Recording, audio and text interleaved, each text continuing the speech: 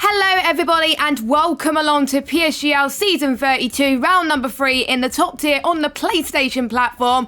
And we head to Zandvoort for the Dutch Grand Prix today, a circuit where it's only hosted 2 times in the hybrid era, both won by Max Verstappen. My name is GeForce and joining me in the commentary box once again, we've got Aiden Carter. Aiden, how you doing?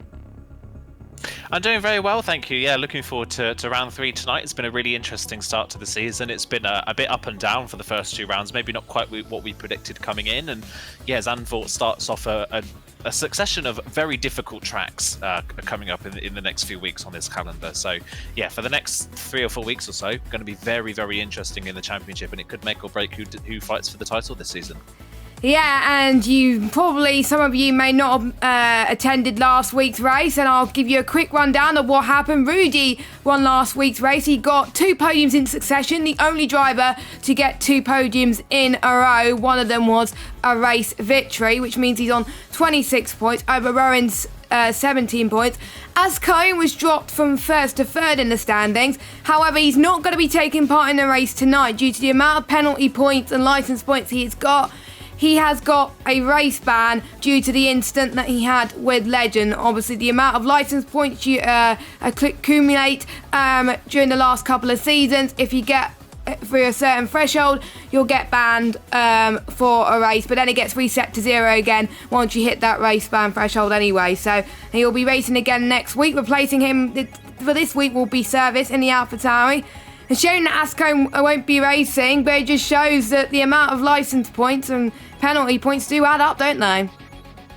Yeah, they definitely do, and you kind of look at the tally of license points you can get and you kind of think it isn't really going to be a problem for yourself, but if you get involved in a couple of incidents in a round, it can tally up very, very quickly, and that has unfortunately been the case for Ascone. And the incident in question that did get him the race ban was undoubtedly definitely Ascone's fault in the end. He just outbroke himself. I think it was like 14 of the race, racing for the lead, of course, with Legend at the time, outbroke himself and took Legend out of a potential race victory result there, and took Tom as with him as well, and Tom was in for a potential podium fight as well. So yeah, it's definitely deserved, which is a shame, unfortunately, for Ascone, because he started off the season at the first round so well, and qualifying, of course, at Bahrain went so well for him as well. Qualifying on pole was the only pole sitter we've had so far this season. So yeah, it's a shame that round 3 has come around and Ascone has a penalty, but hopefully by the time we're talking again this time next week, he's bounced back and is able to put himself back into the championship contention. Yeah, exactly. So, yes, as we're saying, Service is replacing him tonight. Fabi had another good result last time out, getting 16 points overall. He's in 4th in the standings. And Legend fighting back is in 5th in the standings. And then we have Kazizel Tom, Marlon Brook and Marcos rounds up your top 10. And we are seeing 2 Williams in the top 10, 2 Mercedes in the top 10. So not really something we would have seen compared to last week where we had 9 different manufacturers. We've got less manufacturers this week in the top 10, the driver standings. Constructors look like this. McLaren, due to Rudy's win, are leading the constructors at the moment. Aston Martin and Williams are tied with 20 points. And then we've got AlphaTauri and Mercedes on 16. Ferrari on 14 points in 6th place. Alpine on 12. Red Bull on 6th. Haas in 9th on 3 points. And Alfa Romeo is still the only team in this championship still yet to score a point. Maybe we could do so tonight, because we do have 2 of the full-time drivers in the seats tonight, which is great to see. And we're going to get started with qualifying right now. And it's not going to be the same situation to what we saw in F2, because at the moment, at least, it is a intermediate session. Yeah, intermediate session around Zandvoort is really going to be interesting. We were talking, weren't we, just before this started, that around Zandvoort in the dry, this track, if you can keep it on the road, is quite difficult to overtake on, and can sometimes end up being in a procession. But you add a bit of wet weather into it, and it makes a lot of these corners, especially the banked corners, incredibly difficult. So it's going to make tonight interesting. This qualifying session, at least, is going to be interesting in the intermediate conditions. We'll see if it carries over into the race, if the race has any wet conditions as well. But either way, first wet quali of the season, first wet anything really we've had so far this season. It's going to be interesting to see who's been able to translate their pace from the dry over into the wet, and first runs are just coming in on the time boards now, and at the moment it's Ray in the AlphaTauri who's got 3.5 tenths on Jensen at the front of the field, but only 4 times on the board so far. We're still waiting for a few people to come up to the line. Next one to cross the line is Marlon, but Marlon quite a bit off the pace. And of course, one thing we will see in these conditions as well is drivers filling up with about 6 or 7 laps of fuel and going for multiple runs on the same set of tyres, just so they can bed themselves into the conditions and get the best out of the intermediate tyres, as Tom now goes to the top by over 3 tenths of a second.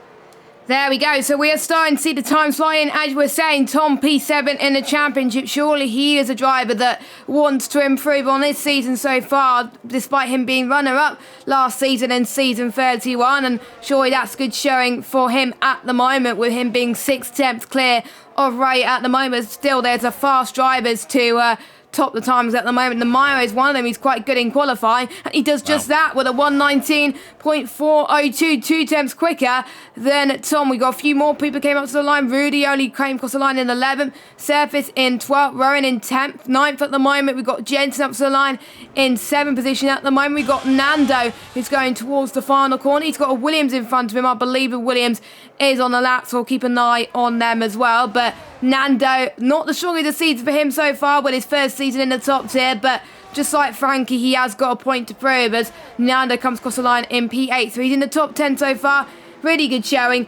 And I think Rudy's going to go again on another run. He's 4 tenths up in the middle sector, so surely this will be an improvement for him, and it is an improvement. He's found a 10th in the final sector, which puts him P5. But look at the gap between himself, Ray and Frankie, quite close between those two as well. And Rudy's not going to like the traffic going into the first sector, so that supported his chance of getting another run done so far. Anyone else on the run right now? We could have Legend, who's on a run at the moment. He's almost 3 tenths up in the middle sector as well as he heads towards the banking. This track was debuted in the pre-Formula 1 here in 1948, and we've had so many other Dutch Grand Prix highlights as well. We saw obviously Jim Clark holds the record for the most wins here as well, and Jackie Stewart took his 26th win in the 1973 Dutch Grand Prix. But we don't want to talk about the dreadful accident that happened there, which had to rejig the track a little bit. But Legend, he came across the line in P3. As I think that's it so far, unless anyone else is going to possibly improve. More people starting to get into the 1:19 right now, but I think the Meyer's just backed off a bit. I think he has, but we'll see what everyone else could do. We'll see people on cool down laps and then push laps once again, so they can save some of the ERS if they wanted to. One driver who I think needs to improve as well is this tonight is Yukita. Not in the top 10 in the championship. Didn't have a good season last season. Just was on the cusp of getting into F1 this season, and I think he's got a point to prove in a Haas car, but he's on his first run. We'll see where he goes, heading towards turn 7 as well. This is very tricky in the wet conditions. It's like a different track in the dry. It's a bit more understeer, I can tell you that, and it needs a bit more downforce as well, as he's trying to get the car pointed in the right direction. It's very, very difficult indeed, and obviously, of course, no DRS here as the track is starting to get, I think, a little bit lighter in terms of the rain. We do see a bit of the sun peeking out, so we may see dry conditions towards the end of the qualifying session. But Chiquita's coming towards the final sector now in that Haas car. He's in 17th at the moment. The Meyer comes across the line in P1, almost into the 118s then, so he's definitely a wet merchant at the moment. Can Chiquita top the Meyer off the top of the timings? The answer to that is no. He stays in P15. We've got 2 of the Alfa Romeos up to the line. We've got Nando comes across the line in P3, and the Warp 120.4 puts himself in P15. Yeah, not a bad lap there for Nando. Pretty solid lap. He had a good qualifying in Bahrain as well, of course, but the race kind of fell apart from him fairly early on, which is why Alfa Romeo still don't have any points on the board. Lewis just crossed the line for FVR in the Alpine. He's just gone P13 as Marlon now makes it a Red Bull 1-2 with the Meyer on top by over 2 tenths of a second from Marlon now, who is nearly 2 tenths of a second clear of Kaziz. Oh, never mind. Make it Rudy, who's just crossed the line and gone P3. The championship leader in the McLaren then jumps onto the second row of the grid, and he's joined by his McLaren teammate, who goes just 7 thousandths of a second slower, Frankie, in P4. And Frankie's one to keep an eye on, isn't he? Of course, champion last season, of course, in Formula 2, and hasn't had the best of starts to this season so far. He was running inside the top 10 in Bahrain late towards the end of the race, but a couple of questionable defensive moves kind of put him out of contention of really any sort of solid result in that race. But he is steadily improving as the season goes on, so we'll see what he can do further and further into this session. As Surface, I believe, just crossed the line in the AlphaTauri to go P9 on his 4th lap on that intermediate tyres. And like I said, you're going to see drivers do this a lot, where they do multiple runs on the same set of tyre just so that they can get more bed into the conditions, of course. And as well, you never know really how the rain's going to go. Obviously, we have approximate weather conditions. We'll see what the weather conditions will look like, but of course it may not translate to the best of grips. You may get to a set of intermediate tyres and put them on and it be too dry almost for the intermediate tyres, and your tyres could overheat, or you may be better going on the soft. So it's best to be out on the track getting laps in, even if it's not going to be the best of conditions, as Ray now goes into P2 on his 5th lap on that intermediate tyre. So there's still plenty of pace in the track, and the fact that he's able to get a 0.2 on his 5th lap on that tyre definitely suggests the track is drying ever so slightly. You saw a couple of drivers wait quite a while to go out on track before their first run, so I think that's a lot of people maybe indirectly saying that they know that it's going to get better as the session goes on, as Rowan now goes to the top in the Aston Martin, just over 0.02 of a second clear. So it was Demaya comfortably ahead, but within the space of a minute he's dropped to 2nd, and his teammate who was 2nd on the grid has dropped to 6th. There's an Alfa Romeo spun in the middle sector. That's Norwalk, who's just spun on their latest lap. They were a 10.5 up in the first sector, so that would have been a pretty good lap there from Norwalk, but unfortunately has spun into the gravel. Let's hope he doesn't beach his car in the gravel, which luckily he does not. It's quite easy to beach your car sometimes as well. And we've seen that in many tiers in PSGL in Zandvoort in the past as well. It really does shake up the order if it's a wet qualifying session sometimes. There may be people not practice much in the wet conditions. And we've seen the likes of Legend, remember, in USA when it was absolutely pouring rain, and Brazil as well. He absolutely did fantastic in those conditions and went on to win that race in a dominant fashion. We could see the same today, but Legend is only in 12th place, so not quite where I was expecting him to go. But we got Kazizel, the pole merger from last season, up to the line. We got Tom up to the line as well, 118.9. First man into the 118, Kazizel is about to start his next run. Marlon's just finished his run. It's hard to tell who's on runs because there's people on more than one run on the set of the intermediate tyres. As Romanillo, our reserve driver today, filling in for Oggiano this evening because Oggiano's brake pedal is still not working, so I pray to Oggiano that he gets a fix soon and he's able to race, fingers crossed, because it was a shame that he did a few laps around Spain. His pedals decide to call it a day and he's not been able to race since. So that is why obviously a reserve is filling in his place, of course. But it's good to see 18 full-time drivers in the field today. It's great to see this turn out already, despite the fact that the World Cup is on as well at the same time, which is great to see. But Jensen then in 18th position, a season to forget for him so far in terms of obviously not being in the top 10 at the moment. A man who I predicted would do well the first half of last season, but he was there was some results for him to forget, unfortunately. But he had some good results last season, which are very impressive. He's only 18th at the moment, but Ray up to the line, 118.9 now. Don't forget Ray, of course. He was a man who got promoted to F1 at the middle of last season after a strong showing in F2. He's been in F1 at the start of last season.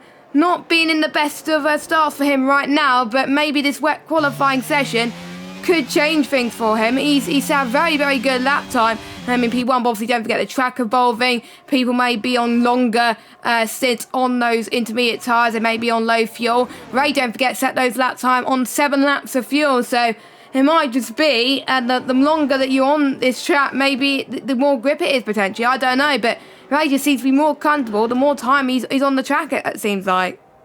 Yeah, he's put a lot more fuel in the car as well than a lot of other drivers, so he's really burning that fuel off and getting the pace dividends with it as well. But just riding on board with the AlphaTauri, the rain is minimal at best. There's barely a few spots now falling on the track, so it is getting close potentially to dry conditions. Whether it actually dries out enough for a set of slick tyres at the end of this session is another thing that these drivers are going to have to think about, really, whether they take a gamble and wait until there's 2 minutes left in the session and go out on a set of softs, or whether they just go out on a set of intermediates now and push on those intermediates and get a good time. One driver who is pushing on the intermediates is Demaya, who goes back onto the top of the timesheets on an 18.5 and puts himself 3.5 tenths clear once again. So every time we look at someone new being at the front of the field, Demaya puts 3 tenths on the field, and that is a brilliant lap time on that fresh set of intermediate tyres, and he will have enough time to get back in for a set of slicks if it does dry out. But 4.5 minutes to go, it's teetering on the edge of whether you wait and gamble for the slicks or whether you go out now for a set of intermediate tyres and just keep pushing and hoping that it doesn't dry out. It's kind of on the cusp, and you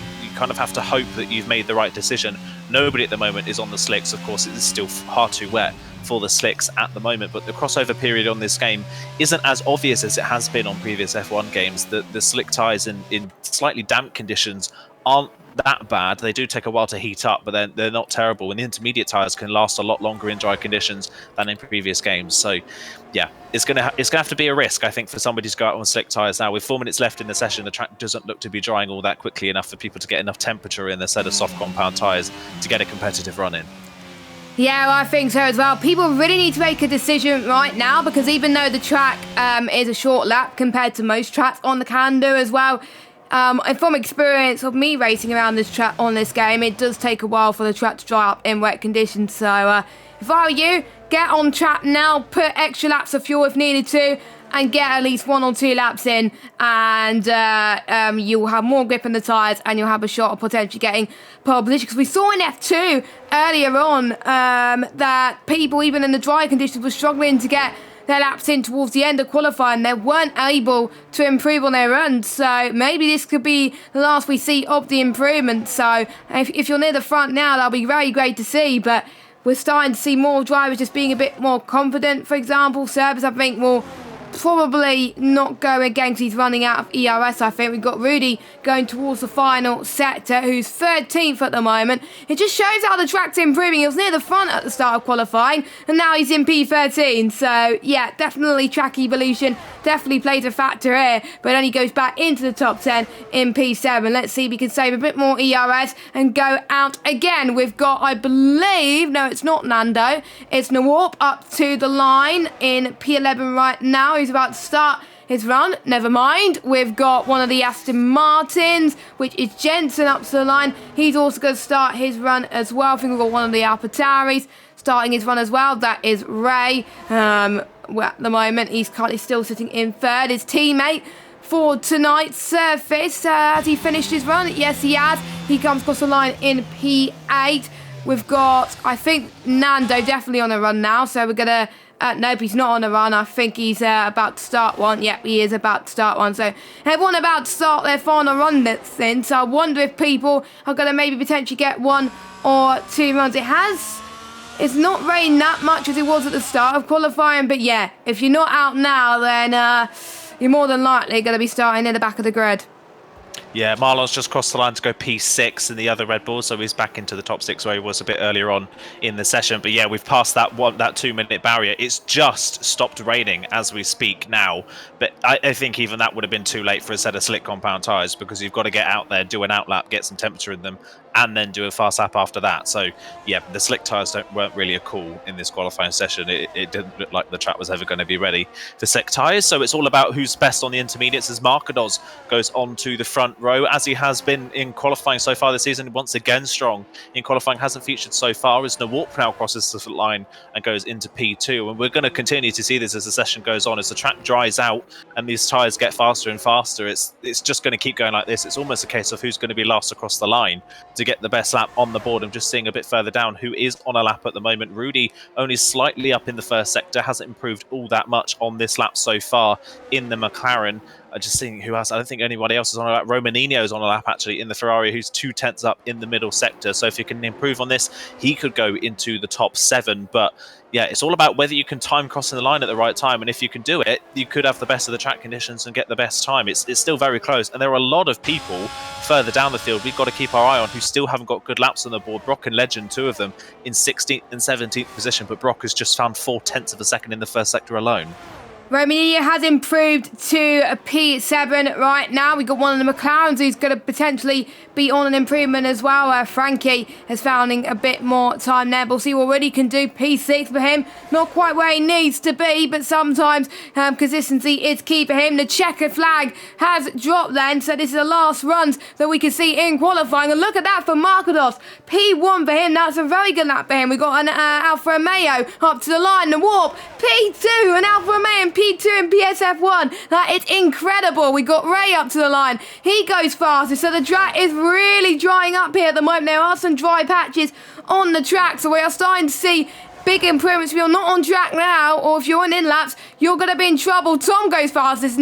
Now there's more people going fastest at the moment. It's just hard to keep track on at the moment.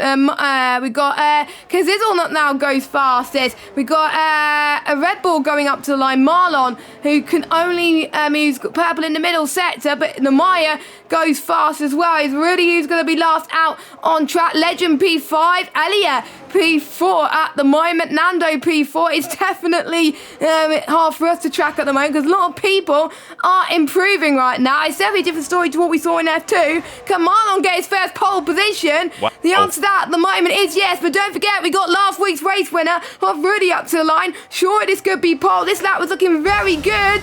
The answer to that is no. He only got 11th place. So Marlon, who was in F3 last season, I believe he was the F3 champion, I might be wrong, he's on pole by 1/10. And the track was just getting better and better as the lap went on at the moment. Suddenly one person was on pole, then the other person was on pole, and Marcos was on pole for most of it in the final half. He's now down in 14th.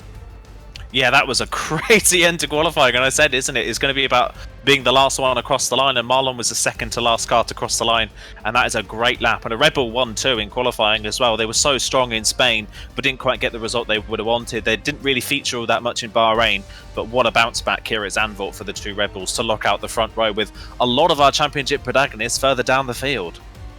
Yes, we'll go through your order then. So we got the Red Bull 1-2. When's the last time we see that at Zandvoort? Interesting. And this season in real life, we got Kaziddle, Tom, Rowan, Nando, Iliad, Legend, Brot and Gents round up your top 10, and there is the rest of your drivers. And before we head to the session, let's have a quick word from our title sponsor, GT Omega. We will see you in just under 30 seconds.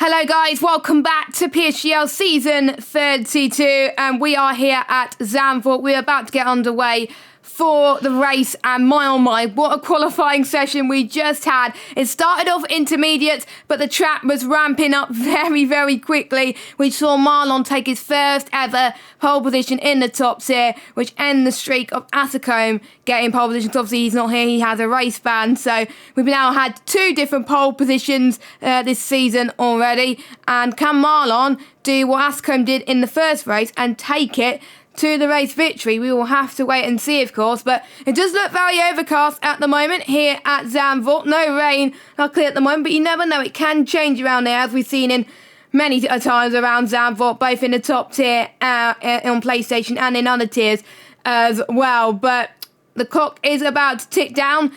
Any thoughts quickly before we head to the race? It's going to be an interesting one if it's a bit of a mixed-up grid compared to what we've seen so far. Like I said, there's quite a few championship protagonists further down the field. Championship leader 11th on the grid, around a track that's difficult to overtake on as well. So this race could be a lot about who can make the best comeback. Yes, indeed. So no formation lap, of course, because of the glitches that we have at the moment. But we have a Red Bull 1-2. Who's going to take the lead into turn one? This is a track where qualifying is very, very important. The 5 red lights are on. And we are underway. And let's see who has the best start. My timing tower took a long time to establish for some weird reason. But both the Red Bulls starting to get very squirmy into turn one. But Namaya had the best start out of the two of them. Tom down the inside because he into turn one. He may get them there into turn 3 and 4 coming up now down the outside as well. As Marlon tries to get P1 back from Namaya. It's very, very close between the front guys as well. Still going side by side. The Red Bull drivers. It is absolutely incredible stuff. We've not seen many side by side actions places in Sanford for a long time, but Demaya just holds on to first place at the moment. Jensen goes down the inside of Elia up into 8th place at the moment. We got Rudy in 10th place at the moment, but he's been under pressure from one of the Mercedes drivers. Legend moves up into 5th place. He's past Rowan right now. Rowan's under pressure by his teammate as well. There's a lot of action going on right now, but it looks like the top two have really settled themselves right now. We've got things happening in the background as well. We've got Romaninho past Brock up into 14th position. The walk past Fabi. Fabi didn't have the best of qualifying session, not where he used to be at the moment, so potentially he doesn't really like this track. But yeah, crazy start from the two Red Bull drivers, but it wasn't Amaya that had the best getaway. Yeah, best getaway for Nemaya, like you say. Down the inside had the best line for turn 1 as well. Brilliant move from the Red Bull driver to get past his teammate Marlon, though, trying to come back at him down the pit straight. But that's more about defending from Tom, who's down the inside at turn number 1, trying to get the move done on the Red Bull and drop him down another place here. But he's going to have to go the long way around at turn number 3, and that's not quite going to happen. He's going to instead run into the back of the Red Bull midway through the bank corner, but they should just about get away with that. Marlon holds on to 2nd place for the time being. But just looking at the positions gained, by the way, the only people that have stayed in the same place they started were Fabu and Warp and Surface further down the field. Great start for Legend, up 3 places into 5th position. Great start for Jensen as well. He's up 3 places. Frankie's up 3 places as well. Worst start on the grid for Brock. Down 6 places from 9th on the grid down to 15th. It's been a horror show of a start, unfortunately, for the Mercedes driver, as his Mercedes teammate is trying to get up into 2nd position. But dream start for Nemaya. Lost out on what looked like could have been his pole position, and he is now trying to streak away at the front of the field. Yep, he is at the moment. 36 laps are awaiting ahead of our drivers, and this track has had a lot of banked corners, a lot of off-camber corners as well for people to worry about. A lot of areas where people can spin. They've really got to try and avoid the curbs to really try to minimise traction and to minimise the spins that they have right now. As the mile's starting to pull away, but we got some battles happening in the background as Brock and Fabi going side by side into turn 1. DRS is enabled, don't forget, but this is before the DRS was even activated as Fabi got past Brock. Yes, he does, up into 15th place. Solid job from him as well as he tries to come back on what's been a poor start to the session so far for him, but he's now going to try and chase down his teammate Markodos.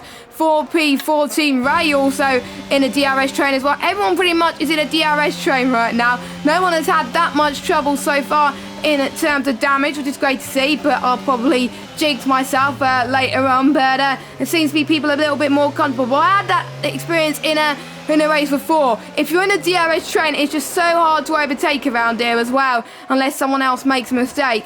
You really got to be saving the ERS, really, if you're in that DRS train, just so you can go and attack before your pit stop phase. But it's not really that surprising that people have gone for the hard compounded tyres around here. It is very good race tyre to start the race on, and you can go on a fresh set of memes towards the end and really start to push for it then, and that's where we really can start to see a lot of moves going on. But it's getting very quiet at this moment as well. But it's great to see Marlon in his element so far, even though he didn't get the lead off the start. He's still managing to hold up the rest of the field and pull away from the likes of Tom and Kazizzle right now. But Kazizzle now is challenging Tom for P4 now. We got Shazoo 3-4 right now, but they're in different teams, of course. Kazizzle, who hasn't even got a pole this season, he's got needs to improve on this season, definitely, because he hasn't had the best of qualifying. He wants to keep up his pole merchant title from last season, but he can't at the moment. But obviously, points get scored in the race, not in qualifying. So let's see if he has a better race out of this. Yeah, we'll see what he can do. He's kind of, it's a shame to say, but he's kind of been a bit of a non-factor so far this season, is Kazizzle, hasn't he? Was so strong. In fact, the McLaren pairing last season of Kazizzle and Ray, especially in the second half of the season, was so strong last season. Speaking of a McLaren, Rudy's going to get past Elia down the back straight. That's surely a mistake there from the Haas driver that's allowed our championship leader through and up into the points in 9th position. Elia down to 10th, final point scorer at the moment. But yeah, Kazizzle was so strong last season. Like you said, most poles of the season out of any driver as well, and this season's just kind of not gone the same way so far. He's just kind of faded into the background a little bit, so it'll be nice to see if he can establish himself at the front of the field. But the fastest laps are popping in at the front as Elia further down the field is under pressure now from Ray, who's going to try and go down the inside at turn number 1. Elia's going to just about give him some space, but Ray was never really far enough alongside to make that move and stays in 11th place for the time being. And yeah, like you were saying as well, it's not a surprise to see all of our drivers on the hard compound tyres. Of course, if you're starting on the mediums, it only really works if you're in the top 3 positions, because if you're in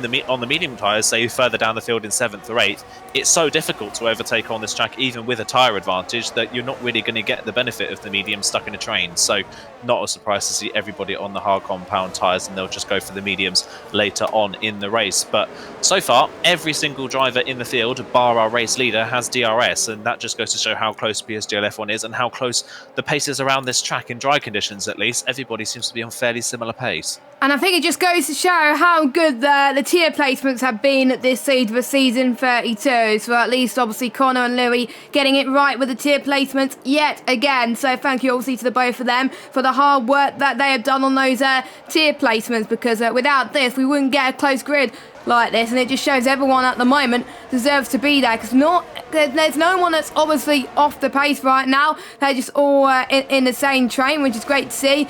Ray almost got past Elia there, up into 10th place at the moment. Don't forget the top 10 do score points in PSGL, with first place getting 16 points, second place getting 12 points. It's all Ray touched Elia for a little bit there as well, but tries to go down the inside in towards turn 5, it looks like, as well, as they go up the hill as well. They've got to try and avoid that curve, because that could be easily sent into a spin as they head towards turn 6 and 7 now. So close to the gravel trap as well. There's so little margin for error as they head towards turn 8 and 9 now, but they've got to wait for the DRS train, and all that squabbling is allowing them just to be leading that DRS train and not closing into the other DRS train that's forming them. That is very frustrating if you're the likes of Elliot and Ray right now, but as you can see, use that big DRS train that's going on at the moment. No major happenings right now, but as people starting to lose a bit of time, a little bit of grit on the guys in front of them, which is allowing everybody else just to close in even more as we are about to start lap 7 of 36, with Namai still leading. The fastest lap once again, then it's Marlon, then it's Legend. Everyone trading fastest lap, because they do get a massive tow as they head towards the banking. Remember, we saw that in real life. Lewis Hamilton was on the wrong strategy in 2022 in the real life race, and it saw Max Verstappen get the tow that he needed from Lewis Hamilton, and he took the lead of the race. So I wonder that's where those fastest laps are coming from. And if you're inside the top 10 and you get the fastest lap, you will get the fastest lap point. So it will be interesting to see. But again, no major happening so far. The ones that are going to pit are going to be around about lap 19 for a set. That means maybe about lap 18 as well. The halves could potentially last 28 laps. So if there was rain at the end of the race, which at the moment is not likely, then they could last pretty much from in most of the race if they wanted to. But it will be tough to get to the end. But at least they got a little bit of that flexibility. Obviously, the mediums could last quite a bit as well. Tide deck's not really a massive factor, which is quite surprising. It could last quite a fortune here as well. Even the soft could last 11 laps around this circuit. But we obviously don't know about the optimal tyre pace so far in this race. Now, the closest battle we can see on track is Fabi on his teammate Markelos, and we also got Brock as well. I wonder if Markelos is starting to feel the pressure a little bit. I don't think moves are being made right now. I did see someone almost going side by side there in the background. I wasn't quite sure what it was. I think it was one of the Ferraris trying to get past Frankie there as well. He was ever so close, but unfortunately wasn't able to get the move done.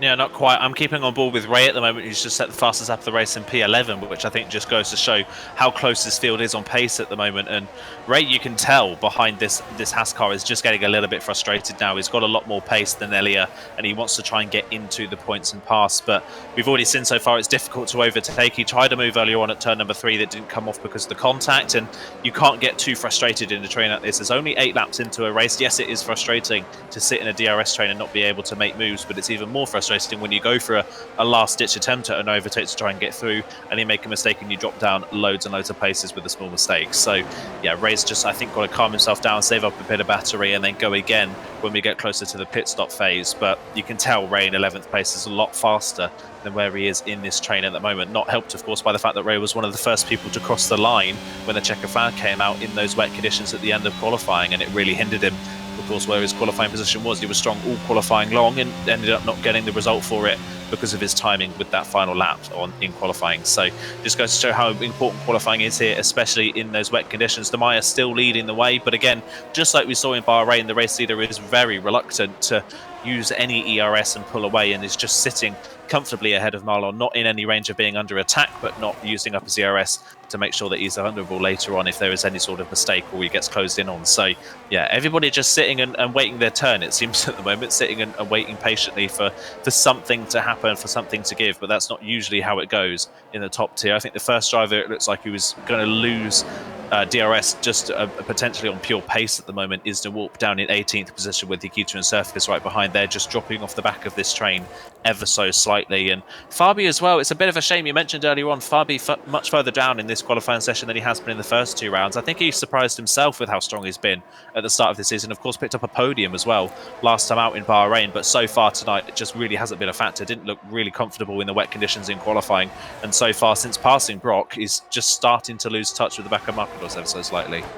Yeah, a bit of a shame there for the likes of Norp near the back, unfortunately. Same with Brock and Louis as well, but there's still plenty of opportunities to fight back. There could be a safety car which could bring them back into this race and potentially go up near the front, but they're all on the same strategy as well. It's not like some people have gone on to the medium, some people on the soft. So that's what I like about, obviously, this free tyre choice rule. There's an opportunity to go very crazy with it, or just like today, everyone has gone for exactly the same strategy. But imagine what would have happened if everyone qualified on the hard tyres to actually start on them. There would have been probably potentially people starting on the softs if the tyre regulation from last game was the same this game. But yeah, a little bit more flexibility in that one as well. But I'm guessing they just want to start on, finish on the mediums potentially as well. But some of them, they do have, well, all of them will have 2 mediums in their back pocket anyway, just in case there's a couple more safety cars,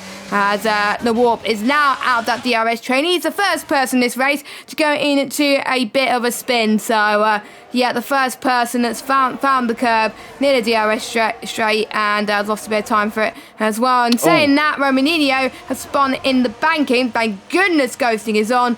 I hope he didn't have ERS on in that corner, because I would advise you not to have ERS in that corner, because I tried that once and I nearly binned it into the wall. So that's probably what's happened to him. But because he's always in the same position as to what Ray is at the moment. He's ever so close to Tom, but just can't find the speed at the moment, as Romaninho unfortunately has retired from the pit lane, so he's given up on that one. So we're down to 19 drivers so far in this race, so it's only down to the sole Ferrari of Legend to pick up the pieces for the Ferrari team, as the AI car of Romaninho goes past into turn 1. Luckily no one's passed him yet, so that should be absolutely fine. As Marlon, who was in second place, he's gone for a spin, Aiden.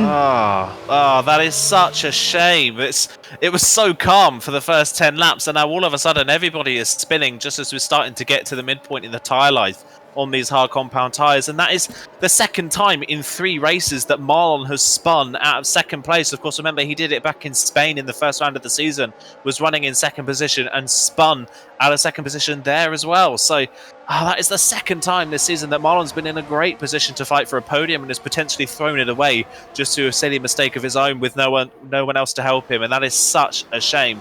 But I was going to say, after that first spin that we saw from Romaninho, that it's not a surprise around a track like this. It's so easy to drop the car. There is no margin for error in terms of there being any runoff. The curbs are very, very brutal here. They're very high, and if you touch them at the wrong angle, you will spin, especially in these cars that need the floor on the ground as much as possible to perform all the downforce that they need. It's so easy to spin the car around this track, and we've just seen it there. Second place, Marlon spinning out of contention. That is such a shame for Marlon, who could have had a really, really good result tonight and could have fought for the win. It would have been a great point tonight as well for Red Bull, of course, if they'd managed to hold on to a 1-2 position for the rest of the race. It's not over yet for Marlon, but with what we've seen so far this season, being in a train down in 12th now rather than at the front, that's really going to hinder him later on, especially around a track where it's so difficult to overtake. And now, golden opportunity for Namiya to burn his ERS and try and get Tom out of DRS range, which he is so close to doing.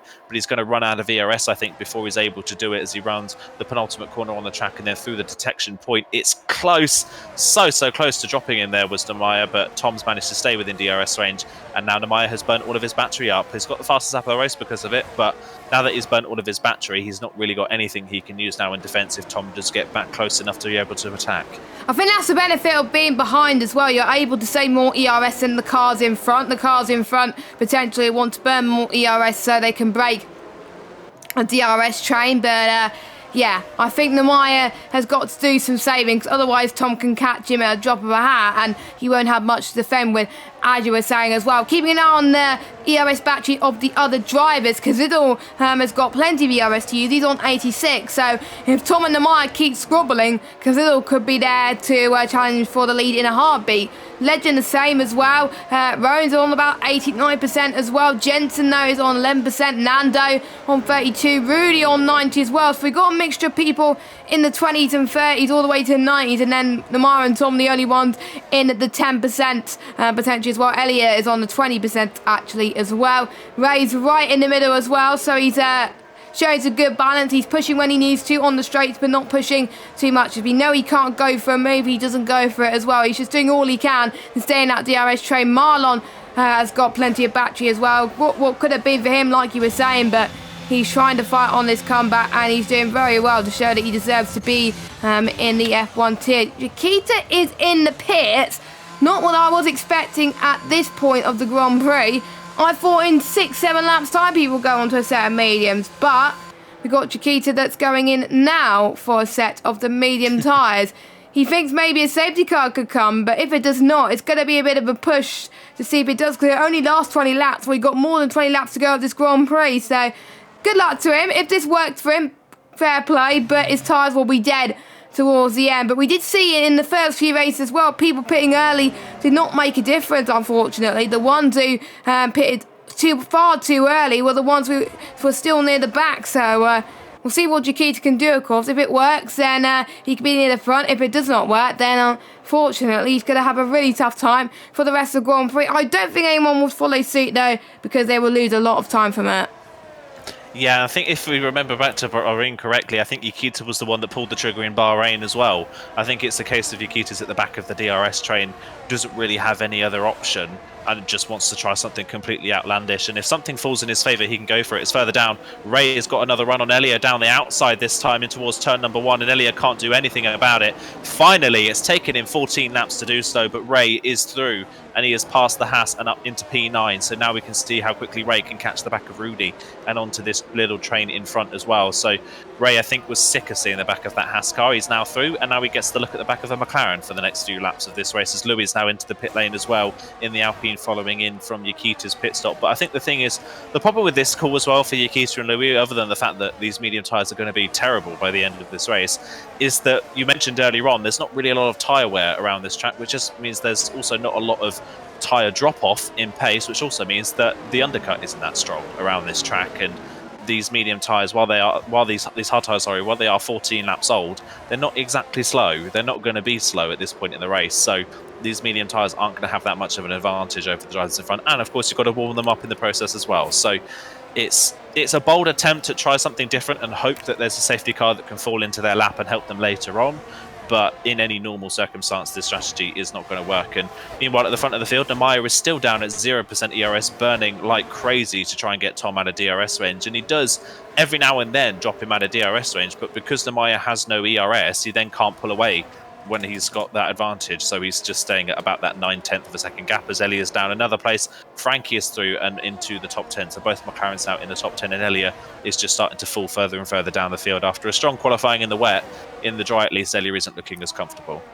No, he isn't, and maybe sometimes there are people that are strong in the wet but not as strong in the dry, so he was probably hoping for the rain dance to continue into the race as well, but you never know. It could rain towards the end and he could fall back into his hands for now. But he is still 1 place shy of the top 10. No drivers have got any penalties yet as well, so he still can have a chance to go for the move. Maybe just saving a bit of tyre life for the rest of the race so he can get past the guys around him as well. Or maybe he could be the one who can go for a potential undercut or overcut strategy and try and get ahead of his main rivals as well, which will be in a few laps' time. And if you think about, obviously, the pit stop strategy, as you were saying, there's not much drop-off in terms of tyre wear.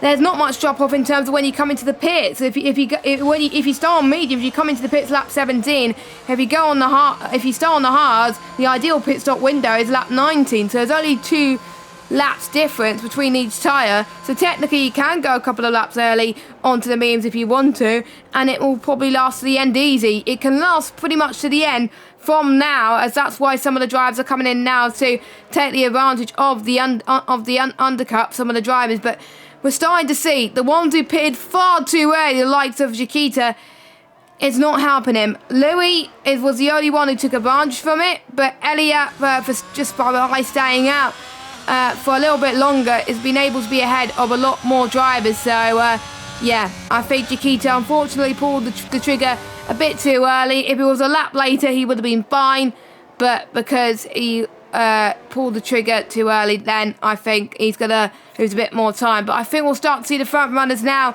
come into the pits very, very soon. Will Nemaya be the first one to come in? Will it be Tom, or will it be the guys in front behind them? We shall see. The answer to that is Tom is going to be the first driver in, along with Kazizel. We got Legend staying out along with Rowan. Jensen is in as well, but don't forget, some of the drivers can't double stat, so they have to be forced to stay out. Both McLarens have stayed out. We've got Fabi that stayed out, so is Surface as well. Markados is in as well. Interesting enough that Markados has gone in before his teammate, but there may be a strategy there as well. But we'll see how these guys do in relation to the ones who stay out an extra lap. But the ones who stay out an extra lap, their in-laps have got to be absolutely crazy in terms of pace. They've got to push like their life depends on it. Yeah, they definitely do. I was going to say before they all started to funnel in that I think Jensen was going to be the next one in, because he was just about to lose DRS range to his teammate in front, and then everybody pitted instead of it just being Jensen. So yeah, everybody in just before the halfway point of this race. So you would imagine the likes of Legend, Rowan and Nemaya will react.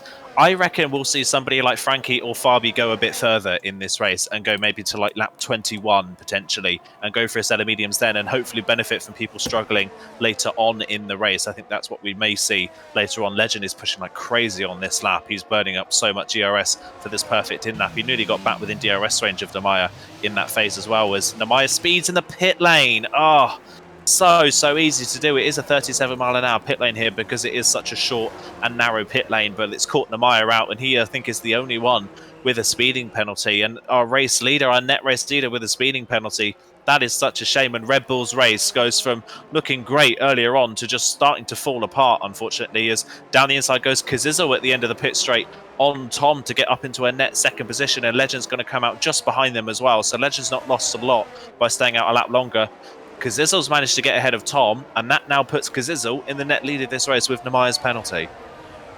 Yes, and I think that's definitely costed Nemaya with that penalty, unfortunately, because unless it's a late safety car potentially for the soft tyres, then he's pretty much screwed. So Kazizel could be on for his first win of the season without him taking a pole position. So it just shows that sometimes you don't need pole positions to take the race win here. But Marlon did make a mistake, unfortunately, earlier on in the race with his spin, which definitely costed him, which stayed in 12th position. And the ones who pitted a bit later really started to benefit from it, the likes of Nemaya, of course, as well. But there were certain drivers that pitted earlier that benefited from it as well. So it was kind of a mixed bag for some of the drivers, actually. And it does depend on where you are on track and the pace as well of your in-lap. As 18-second pit loss, don't forget, around Zandvoort, as Rowan comes out of the pits. Fabi is in the pit as well, as Nemaya comes out and passes everybody, stays in P1, so is Kazizel as well. Tom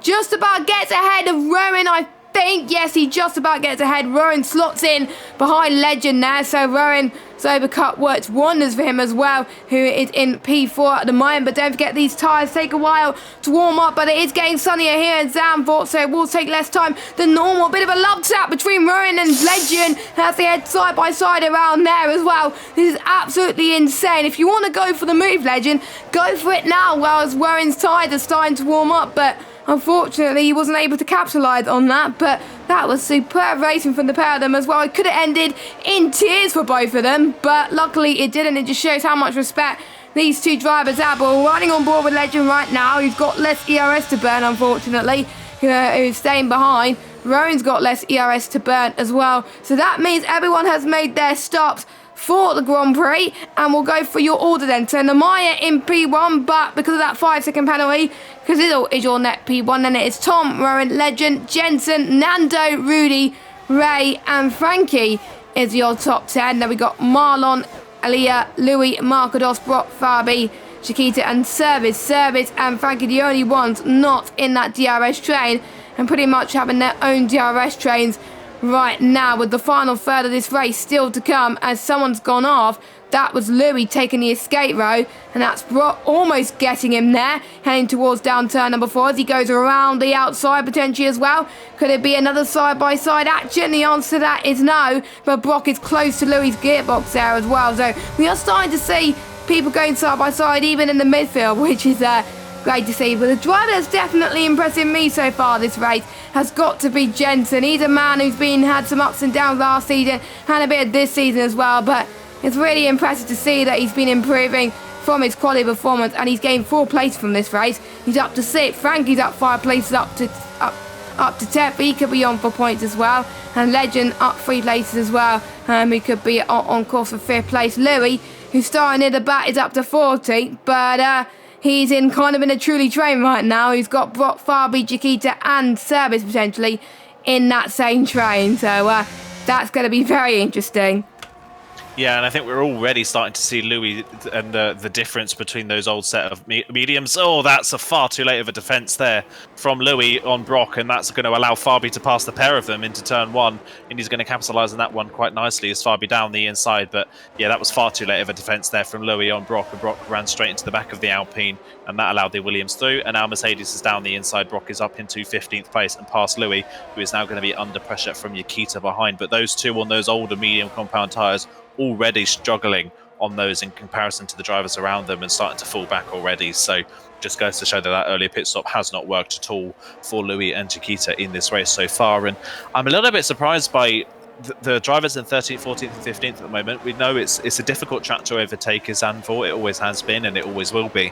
But we've not really seen Markados, Fabi or Brock make any progress in this race so far, which is a bit of a surprise to see. We mentioned already Frankie's been up 5 places in this race. Jensen's gained 4, and that's in the drivers inside the top 10 as well. From the back of the field, Markados, Fabi and Brock really haven't gone anywhere, which is a bit of a shame because you'd expect more, especially from the two Williams pair. They've had such a strong start to the season. Markados maybe doesn't have the points to reflect the pace he's had so far this season, but Fabi already has a podium and has had the best start to a season in PSGL for a long time for his own sake.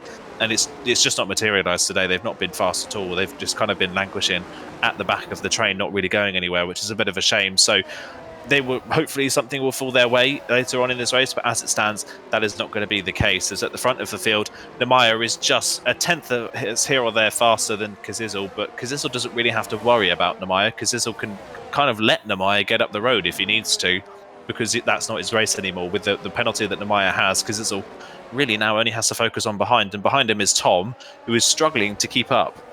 We've got a Shazoo 234 at the moment. I'm sure the Shazoo team will be very proud, I have to say, with all their drivers doing very well at the moment. But we got Namaya ready, pulling away. Namaya hasn't got a race victory yet in PSGL Top Tier. He has done in F2. He was the runner-up a couple of seasons ago, but I think he really needs to put in the pace to get that 5 seconds pretty much nailed, to be honest. So I think Cazidle was really in the driving seat to take that race victory, and he's closing in on Namaya as well. So that could be some interesting race predicaments towards the end of the race. So bring it on for Cazidle. What would you do if you were Cazidle? Would you go for the move, or would you hope that Namaya can not get the gap they needed to? But there may be occasions where penalties could get removed. Cazidle may not know what the penalty was for. It may be for something absolutely ridiculous, but obviously we know what the penalty is for, but Cazidle doesn't, so he may need to go for it anyway. And speaking of yellow flags, we got Cazidle's teammate has gone for a bit of a spin.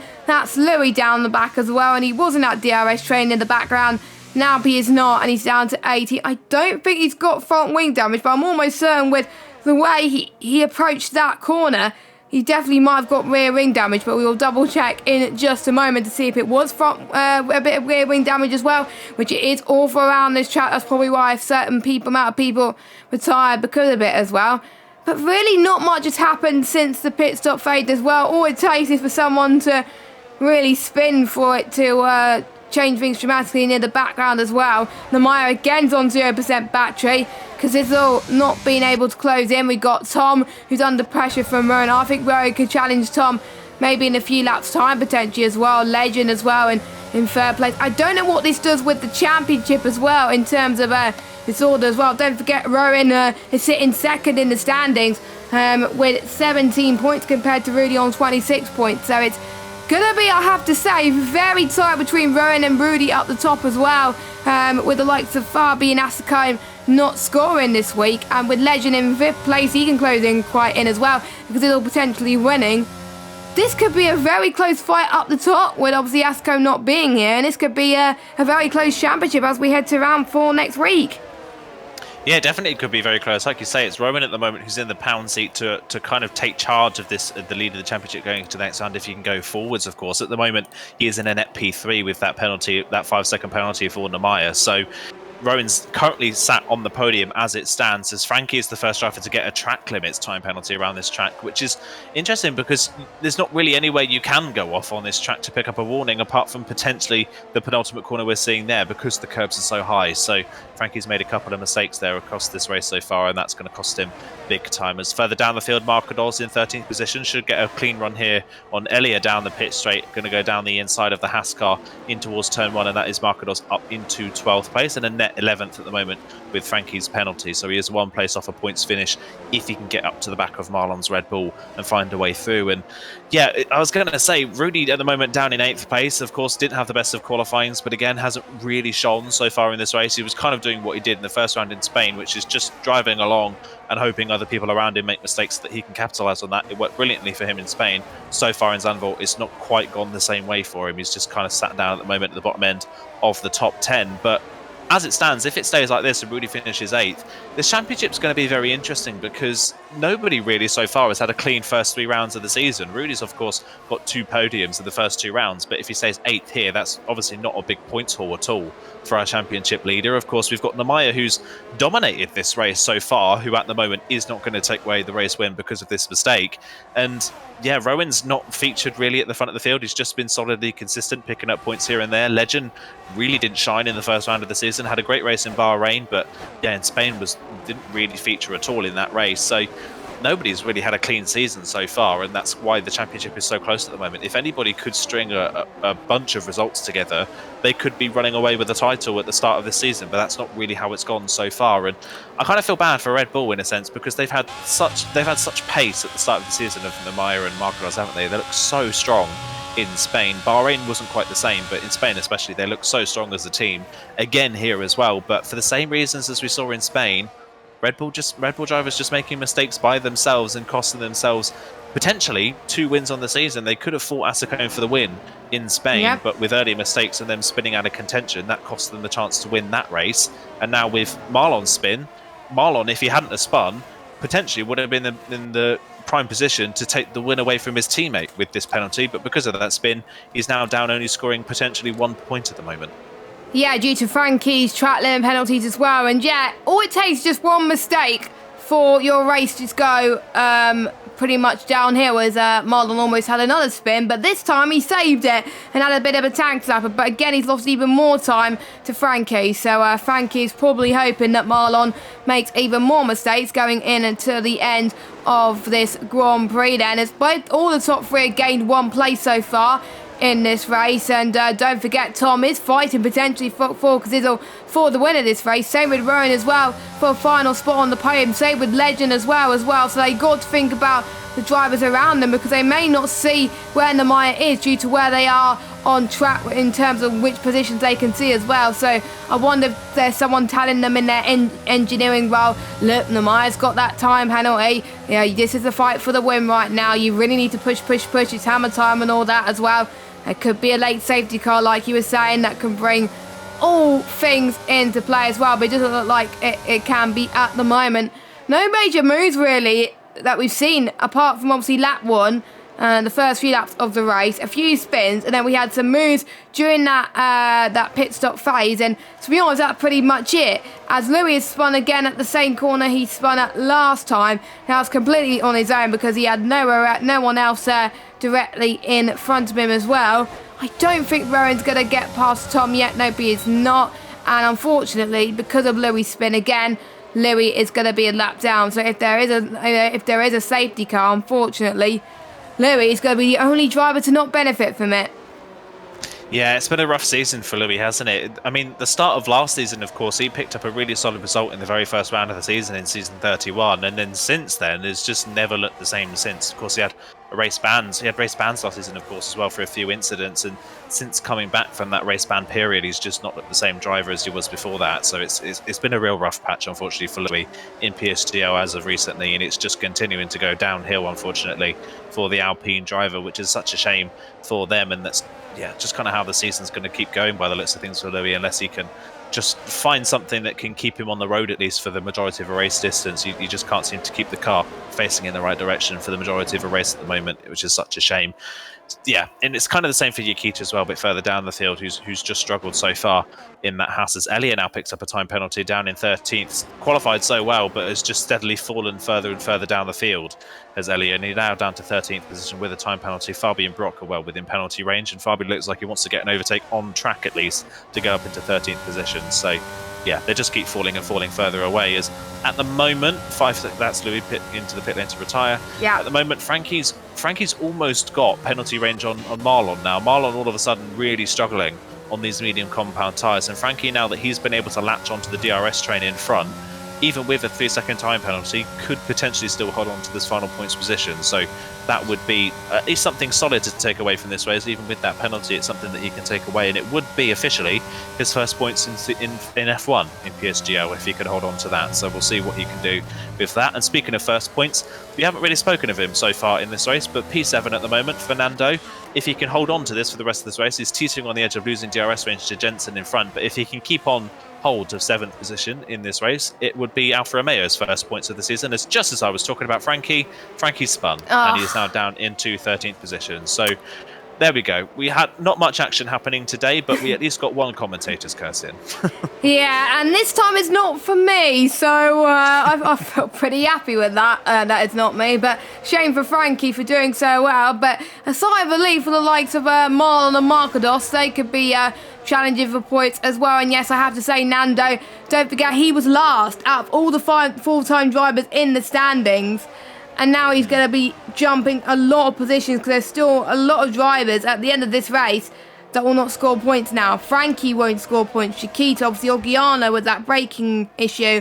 Louis, obviously, DNFing. The Warp as well, DNFing. Roman Menino, DNFing. So, yeah, he's going to jump quite a lot of drivers, because obviously 7th place get more points than 10th place or even 11th place, because 11th place score no points at all. So Nando, definitely a much better race for him as well. Even though he's lost 1 place in this race so far, I think he will probably take that, and it's definitely a race where he has learned quite a lot, and he'll gradually improve as the season goes on.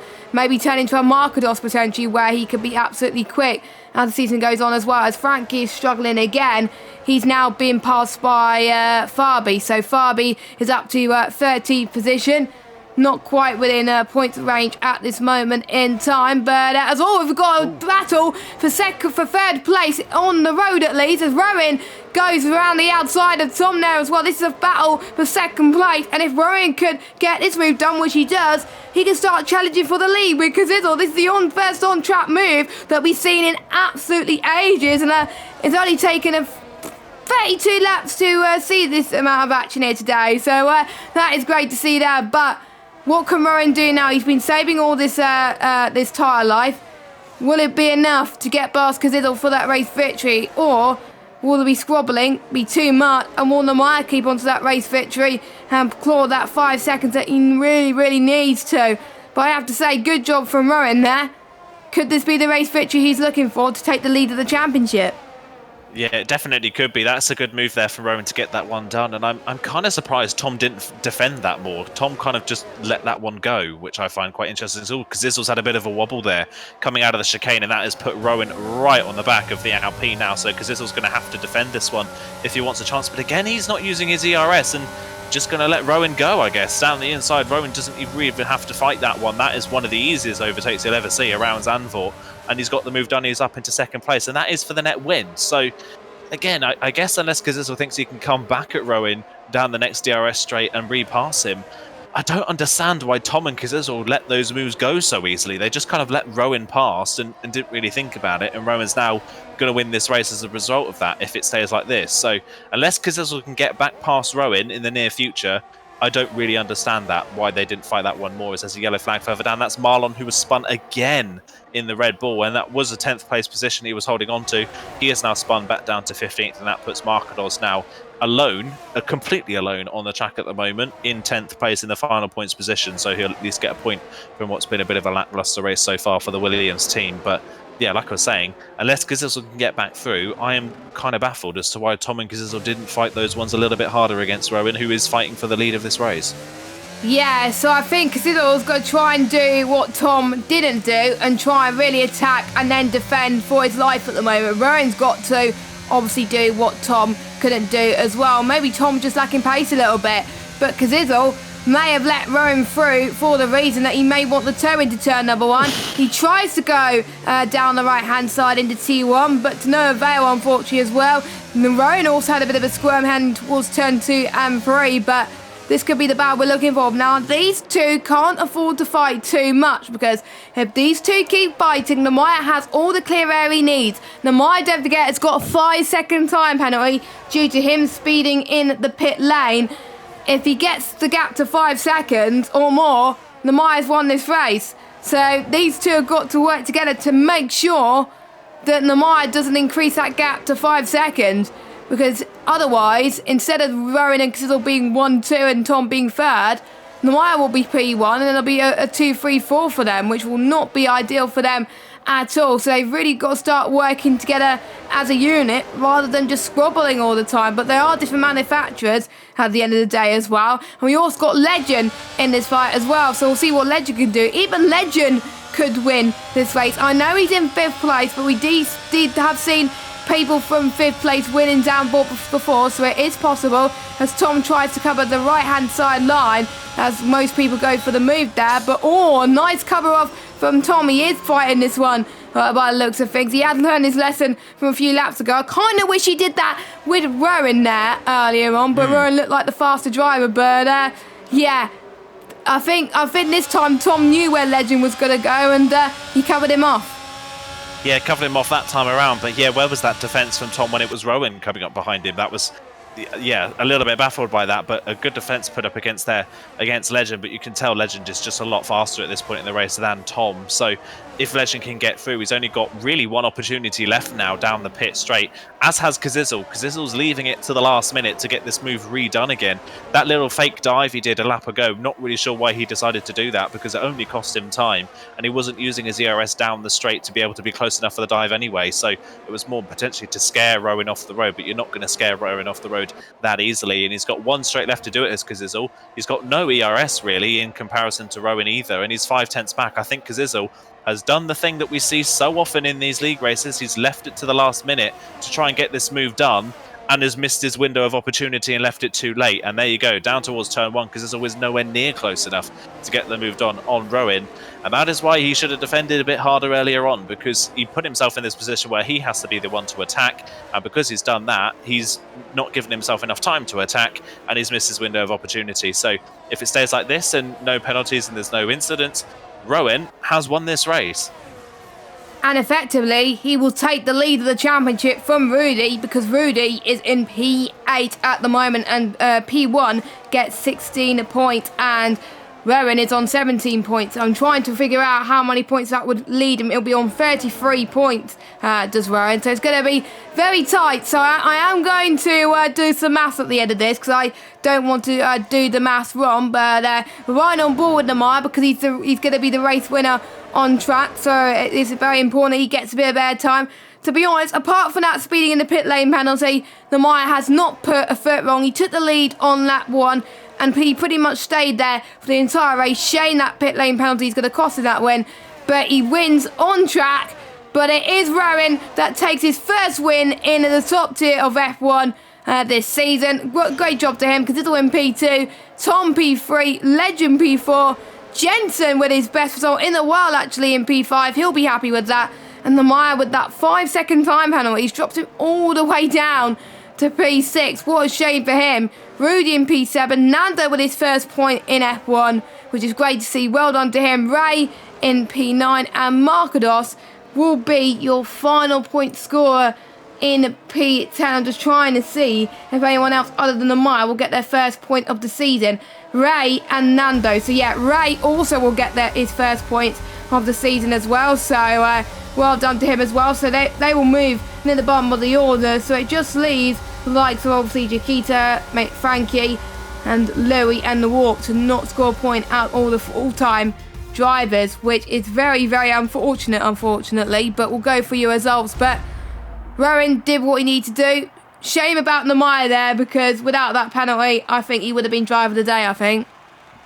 Yeah, without that penalty, like you say, he didn't put a foot wrong. He had a mega race from start to finish, did Namaya, but yeah, penalties taken away what should have been really a very easy victory in the end for the Red Bull driver, and that would have put him level on points with Asacombe had he done that, had Namaya, since the fact that Namaya hadn't scored so far this season. But yeah, with that, it's only P6 in the end, and again another missed opportunity for Namaya, who you would say on pace so far this season has been one of the strongest, if not one of the top 3 fastest drivers this season. Of course, was running in the top 3 places in Spain, pretty much dominated this race from start to finish, but for 2 out of 2 races where he's been in podium contention, he's not picked up a podium in either. So Namaya really needs to iron out those mistakes if he wants to run at this championship. And I've just done some quick maths in my head. Rowan will be on 33 points. Rudy will be on 30 points. So Rowan will take the championship lead coming out of this round and into the next round in Canada. And yeah, I think Tom and Cazzizzle, both of them, will be ruined the fact that they didn't defend against their Shizou teammate in the end. It's a Shizou podium, but not in the order that potentially Cazzizzle and Tom would have wanted. I think if one of them would have defended, Rowan potentially wouldn't have won this race. Yes, I think Tom will probably regret what he did there, but your results are as follows. Rowan takes the win from Cazzizzle, Tom, Legend, Jensen, Namaya, Rudy, Nando, Ray. Markados gets your final point. Fabi didn't have the race he would have wanted. He's in 11th. And then obviously your DNFers are Louis, Nawab, Romanino. As well, Chiquita managed to finish the race in the end, which was great to see as well. And yeah, so many what could have been for a lot of drivers tonight, especially Marlon, who had a very good qualifying, did not convert his pole to a race victory. He spun multiple times, obviously Markados as well. Fabi is his first race without scoring any points, which is a bit of a shame, but there's still plenty of people to come back when we head to Canada next week. But obviously, apart from your race winner, who is your driver of the day? It's hard to say. Yeah, it's hard to say beyond Rowan. I think if he'd defended a bit more, I would have given it to Cazzizzle, because he played the first half of the race very, very cleanly and didn't really put a foot wrong, didn't put himself in the limelights. And then when it came to the time where he needed to work his way forwards in the pit stop phase, Cazzizzle got the moves done when he needed to, but then decided not to defend at the end of the race against his teammate and kind of lost that win on himself. So I would have given it to Cazzizzle. I don't want to be boring and give it to Rowan, so I'm going to give a shout out to Nando. I'm going to give a shout out to Nando for driver of the day today. He's had such a rough start to the season. He was, like you say, dead last coming into tonight in the points championship, and Alfa Romeo hadn't scored any points as a team at all coming into tonight. They've now got 3 points on the board, and Nando was mixing it up with Rudy and Jensen for the majority of that race. So that would definitely be a confidence boost for Nando, and I expect we'll see a lot more of him featured in the points for going forward in this championship. Yes, and we got 2 people waiting in the interview room, so we may as well drag these drivers in to come and speak to us. As I find the right voice chat, there we go. That would help. So we may as well speak to the man who just missed out on the race victory, but definitely put a really good, valiant fight. Kazidl, can you hear us? Yeah, I can. Brilliant. First of all, very good race from yourself. Just missed out on the win, but that was some very good fights you had with the likes of Rowan and Tom there. Yeah, absolutely. I mean, when you're racing these sort of guys, they're always clean every single week. So I knew that when I saw those 2 behind me, I knew that if we got into a fight, it'd be clean and it'd be a good battle, and it was. So yeah, it's really great. Yes, unfortunately not the best of qualifying for yourself, and you knew that this was a track where qualifying was important. What made your race pace a lot better than your qualifying pace this race, do you think? Oh, I think the fact that it was wet. Yeah. My dry quali times were quite good. So when I saw it was raining, my heart sort of sank because I felt like an easy top 3 was definitely in the dry, because I was constantly doing 0.9s and then every now and again a 0.8. So I knew that the pace was there, saw it was wet, and I feel like everyone knows that I kind of struggle a little bit in the wet. And I knew that if I got a good start in the race, which I didn't, that it could be okay. But to be honest, I just felt really comfortable with the setup, and it meant I had a lot of confidence to be able to push. And that obviously just led into my race pace being, I'd say, decent. And talking about the pit stop phase as well, like with you going from the hardest to the medium tyres, as conditions were starting to get obviously sunnier as well, did that mean it took less time for the tyres to warm up, or was it around the same as normal when you were doing practice? Well, obviously, because you have to test undercuts, overcuts, stuff Yeah. like that. I felt like it was an interesting one because of how short the circuit is. The undercut, it was a risk whether the undercut was going to work, and the undercut didn't actually work, as you saw. I think, it was very close anyway. So we went for the undercut, and I literally just threw everything at this, like the kitchen sink at it, because I was P3, and I was like, you know what, I feel like I have the pace to win.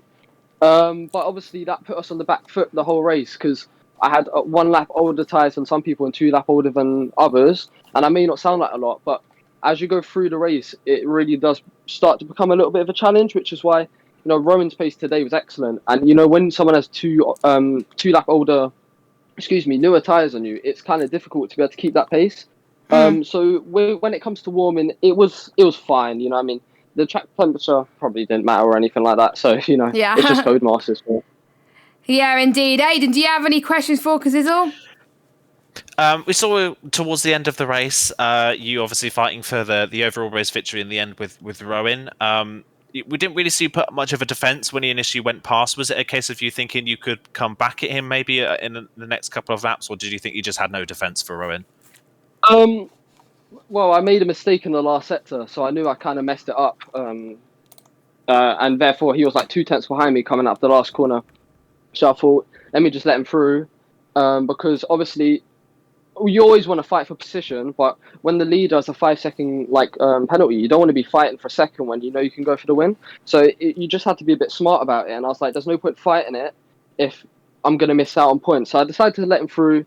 And then the next lap, I had the opportunity to send it on him. And looking back, I probably should have. But, going into the season, I came with the mindset that no risks. So, I could have got the win, but then I could have finished 7th from spinning. So I already had that mindset of just not taking any risks. And, a P2 is a great result.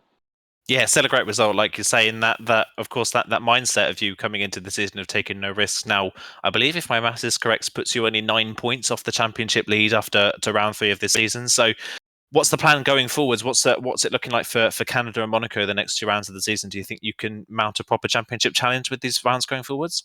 I do hope so, because I feel like with Spain as well, I was like P2 and P3 and I had a really strange spin. So I always put myself as, I know that I can fight for wins and stuff like that.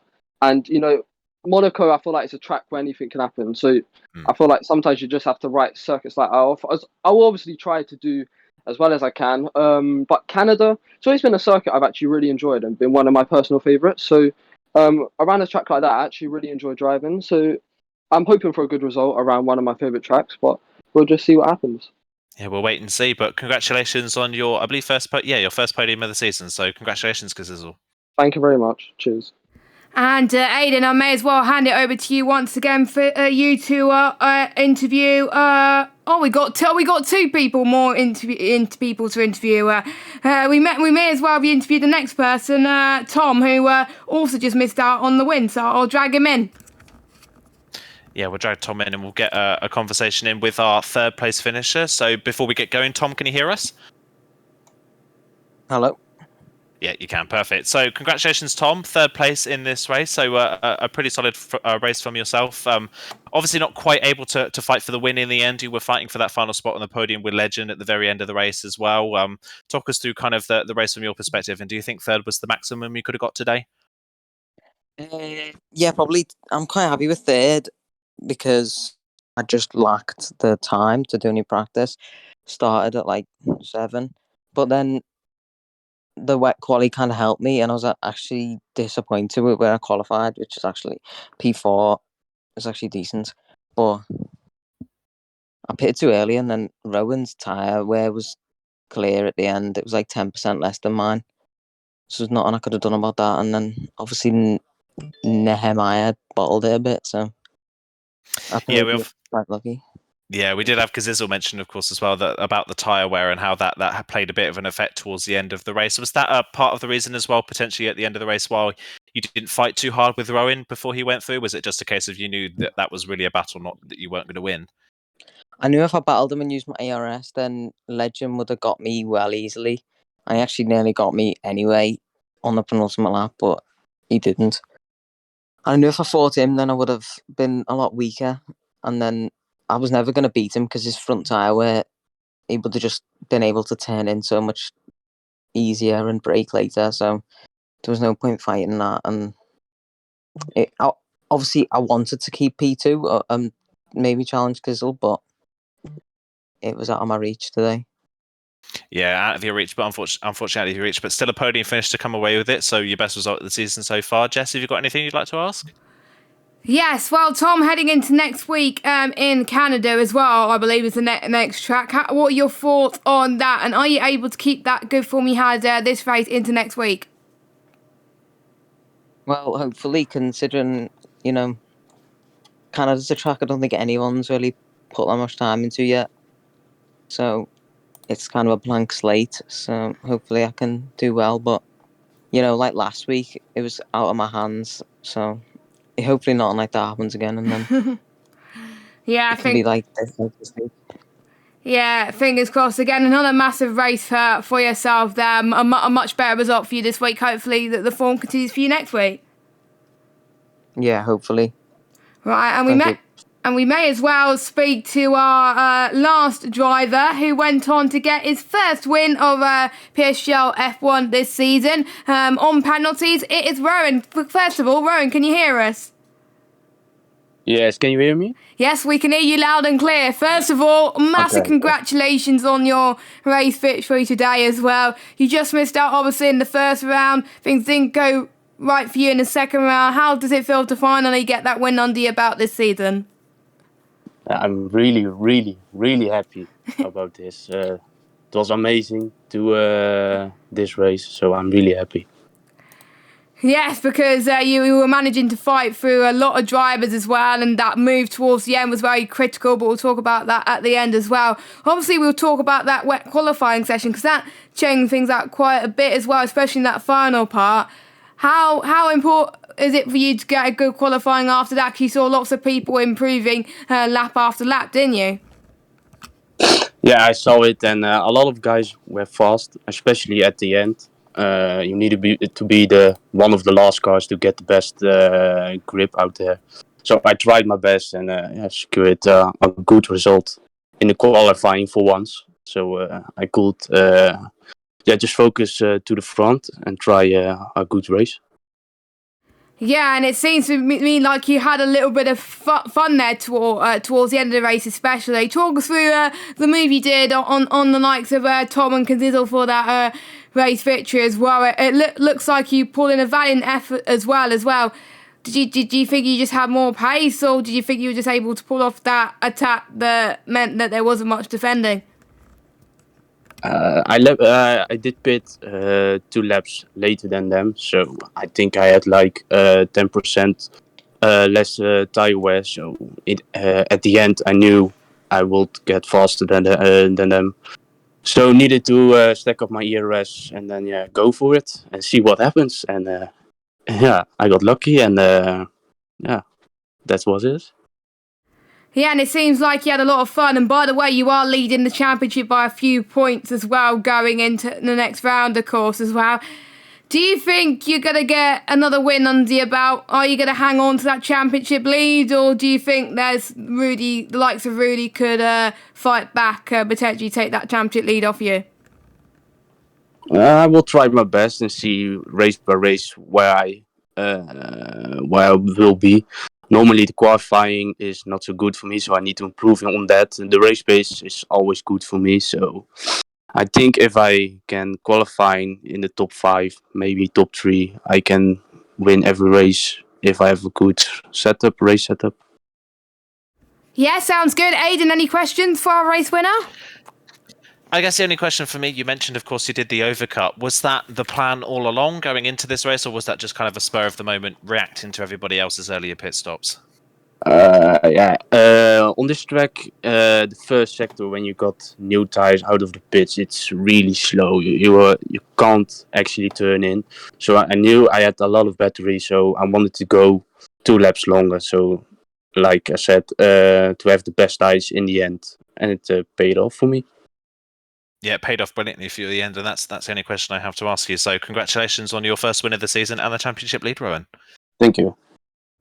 And I think that was all our podium sitters in the interview room. The first time in a long time we spoke to all 3 of them as well, with my OBS deciding to not die today, which was great to see. But that is the end of our PSGL PSF1 stream for today. Not much has happened, but it was really spicy towards the end of the race at least. Any final thoughts before we wrap up? Again, just kind of reiterating the point I made earlier that we've not really had a single driver have a clean season all the way through so far and have 3 good results on the bounce, which has made this championship incredibly tight. And of course, you mentioned at the start of the stream, of course, Facecam wasn't here today because of that race ban, but he's still only just over. Well, he's only a race winner and a fastest lap still off the championship lead, and there is a long way to go. So there's drivers that didn't have good races today, like Farby and Facecam, of course, who wasn't here, who are still well within the championship battle. And there are drivers, of course, who didn't get the results tonight, who you can expect more from coming this season, namely, especially the 2 Red Bulls. They're going to be ones to look out for in the coming weeks. So, yeah, a lot to look forward to for the rest of this season.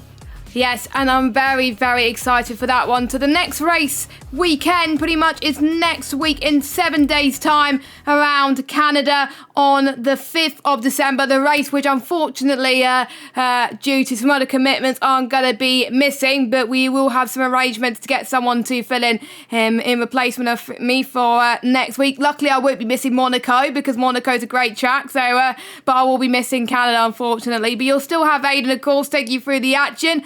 But if you still want more PSGL action, you've got GT7 happening on tomorrow with Tier 1 with the likes of Luke Etheridge taking you through the Tier 1 action. Then we got obviously PCF2 on Wednesday as they go through their Canadian Grand Prix action with Luke and Chris. And then we got the other PC Tier stream on Thursday. And then we got obviously PSF1 next Monday on at 8 PM UK time.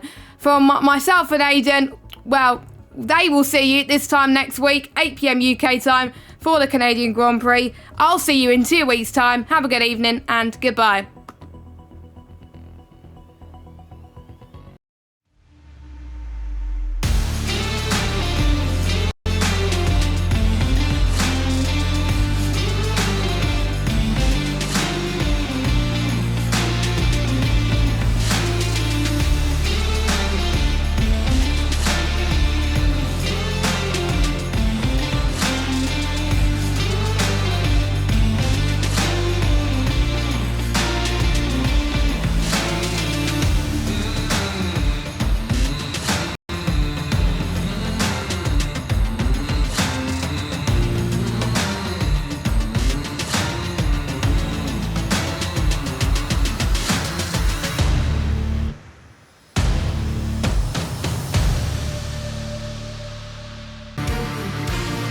This broadcast was brought to you by GT Omega. Omega, proudly supporting PSGL.